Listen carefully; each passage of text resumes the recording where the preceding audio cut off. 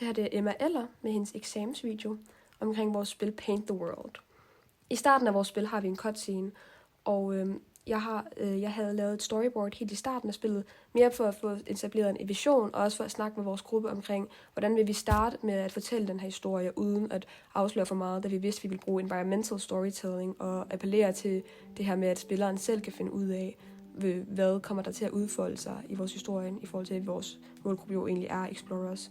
Men vi vil gerne etablere, at det her med, at det er sort-hvid, det er ikke bare et æstetisk valg, altså for eksempel et noir-æstetik, men at det rent faktisk er noget, der også er inde i historien. Og derfor er der så den her avispapir, fordi at vi vil helst ikke spoon-feed det til vores spillere. Når man kommer ind i spillet, så vil man med det samme opdage, at vores karakter har en masse animationer. Og de her animationer, de er sat op på, fordi at jeg har nemlig brugt blend trees til at lave dem. Der er 2 blend trees i vores ting, i vores animator. Der er en med hop, og der er en med idle og movement. Og den er sat op på den her måde, fordi at det nemt i animator kan blive sådan en spindelvævl af forskellige transitioner. I stedet for, så hvis man laver blend tree, så holder man det simpelt. Så vi har en x-velocitet, som styrer vores movement, og den gør så, at hvis movement er 0, så vil den spille idle animation. Hvis movement er alt over 0, så vil vores gå-animation, den normale, spille. Vores x-velocitet, den skrives bare ind der, hvor at man har defineret gå. Og så er det vigtigt, at man bliver wrapped i math.f's funktion, fordi ellers så kan så når man går til venstre på ens x-akse, så vil den gå i minus, og derfor vil den så også begynde at idle. Vores jump blend tree, det består af 2 forskellige også. Det består af et op og et ned animation. Og der kan man også, der laver man y-velocitet, og begge af dem her, de er ints. Og så definerer man op som 1 og ned som -1 i en blend tree. Så finder man så også, hvor man har defineret det, og så skriver man bare y-velociteten ind i ens animator. Og så skal man også have en bool, der hedder s-jumping, for at definere det her. Fordi at y-velocitet, det bestemmer bare, at når man er op og ned, så vil det skifte imellem de 2. Hvis man ikke kan hoppe, så kan det aldrig rigtigt registrere det. Men på den måde, der har jeg kunne lave de meget simple animationer helt fra starten af, uden at skulle tænke for meget på det. Og jeg har kunne koble flere på senere hen, for eksempel vores spray eller vores sprint. Mega simpelt, og det har 100% været det værd.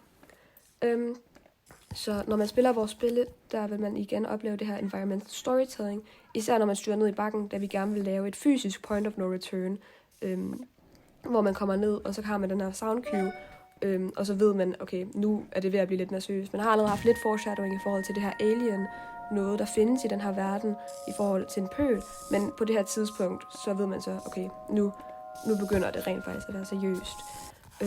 Og når man kommer hen videre, så vil man så opdage i forhold til noget klimaks, at det er en gigarobot. Og det er den eneste slags enemy, vi har.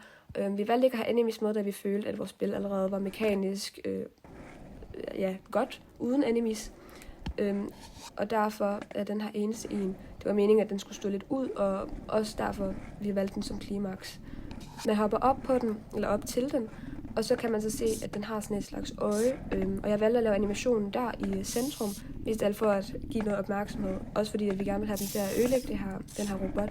Så hvis det er det eneste, der bevæger sig, så kan det være, at det motiverer spilleren til at trykke på det. Lave noget i forhold til, måske har givet spilleren nogle hints i forhold til, måske få dem til at ødelægge nogle ting, der var lidt lignende før det. Fordi det virker måske lidt malplaceret. Men det er noget, man selvfølgelig godt kan arbejde på, når man har lidt længere tid. Animationen, der så spiller bagefter, det er en animation, der har mange impact frames. Jeg valgte at have en stor kontrast mellem sort-hvid, bare at få den her impact frame effekt. Og også blande noget rød i, bare for at vise, hvor stor den her eksplosion rent faktisk er.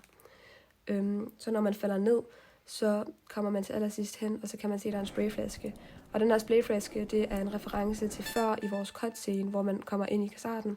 Og vi brugte den her, fordi vi tænkte faktisk, at det kunne være lidt en call to action. Ikke bare at den mega lysende og står meget ud i environmentet, da den her gang har fået farve på, men den vil også være et callback til spilleren og deres start. Det vil give lidt mere cirkulær storytelling, og det skaber faktisk en meget fin rød tråd, mener vi. Især fordi, at hvis man samler den her op, så bliver alting farve, og så får man lov til at se level bagfra. Igen noget lidt mere cirkulært. Nu kommer man tilbage til der, hvor man startede, og man får lov til at se alt det, der ændrede sig.